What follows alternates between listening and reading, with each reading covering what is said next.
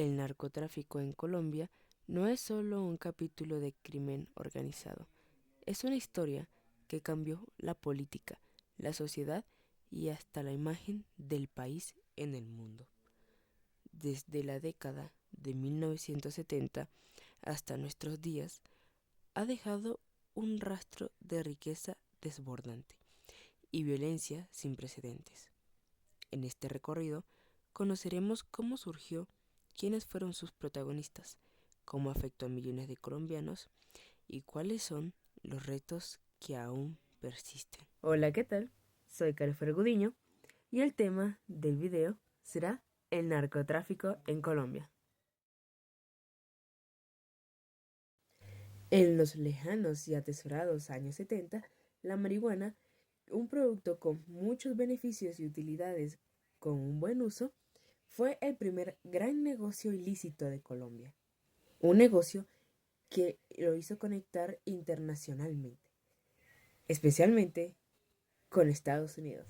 En las costas del cálido y transcurrido Caribe era llenado con avionetas y barcos clandestinos que transportaban la hierba, es decir, la marihuana. Más, sin embargo, la cocaína pronto se convirtió en el motor del narcotráfico. La creciente demanda en Norteamérica y más aún en Europa, unida a la ausencia del Estado en amplias regiones, permitió que campesinos de zonas olvidadas por el gobierno vieran en el cultivo de coca una alternativa muy buena económicamente. Y así fue como empezaron a surgir las primeras organizaciones dedicadas especialmente a transformar aquella hoja de marihuana en cocaína, para acto seguido transportarlas a su destino, es decir, el extranjero, donde era alta la demanda. Y así fue como este negocio, empezando a ser modesto, que empezó simplemente como una alternativa económica, con el pasar del tiempo, se volvió una industria criminal, capaz de mover miles y miles de millones de dólares, sin importar nada.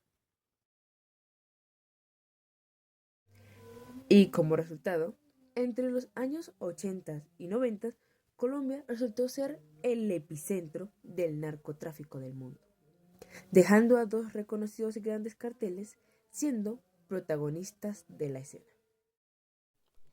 El cartel de Medellín, liderado por Pablo Escobar, se convirtió en sinónimo de poder y terror. Escobar no solo fue el narcotraficante más famoso del mundo, también construyó un imperio basado en la violencia, la corrupción y una red internacional que llegaba hasta Estados Unidos y Europa. Con su lema de plata o plomo, logró infiltrar instituciones, asesinar jueces y policías e incluso desafiar directamente al Estado con atentados y bombas en ciudades enteras. En contraste, el cartel de Cali, liderado por los hermanos Rodríguez Orejuela, prefirió un perfil más discreto, menos sangriento, pero igual de poderoso. Controlaba rutas internacionales y usaba estrategias empresariales y financieras para expandirse. Pronto, otros grupos como el Cartel del Norte del Valle y múltiples organizaciones regionales también entraron al negocio. El resultado, un país sumido en un clima de miedo, donde la vida cotidiana podía verse alterada en cualquier momento por un carro bomba, un secuestro o siquiera algún atentado.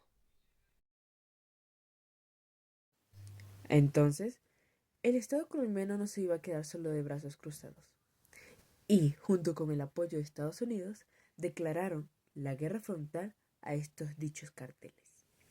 La extradición de narcos a Estados Unidos, La fumigación de cultivos ilícitos más las operaciones militares dejaron una marca, una gran huella para aquella época.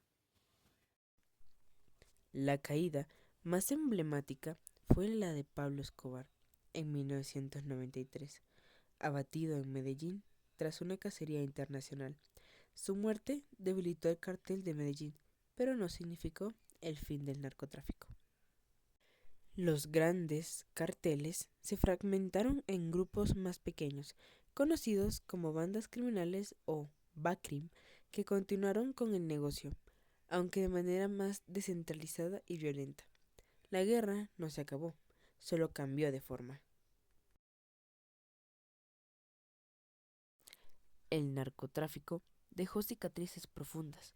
Millones de familias fueron víctimas de desplazamientos forzados, también extorsiones o asesinatos. La violencia alcanzó a todos los niveles, desde campesinos en zonas de cultivo hasta jueces de la Corte Suprema y candidatos presidenciales. El dinero del narcotráfico también se infiltró en la economía formal, financiando construcciones, empresas y hasta campañas políticas. Aunque aportó dinero rápido en regiones olvidadas, también generó corrupción y desconfianza en las instituciones. Además, el narcotráfico se entrelazó con otros actores del conflicto armado. Guerrillas como las FARC y el ELN encontraron en la cocaína una fuente de financiación, mientras que grupos paramilitares también se involucraron en el negocio. Esto multiplicó la violencia y convirtió a Colombia en un campo de batalla con múltiples frentes. Al final de esta historia nos queda como lección de que si la desigualdad, la violencia y la corrupción unidas podrían desbordar a una nación entera. Pero, ¿qué es lo que deberíamos aportar a esa dicha nación? Primero, empezando a mirar atrás, porque es parte de la historia de Colombia, queda como su huella. También sobre qué queremos para las futuras generaciones, demostrarles y hacerles entender sobre esta historia, para que esta misma no se vuelva a repetir, ya que nos damos cuenta de cómo todo un circuito de desigualdad y corrupción pueden hacer que un país definitivamente tenga un final muy mal.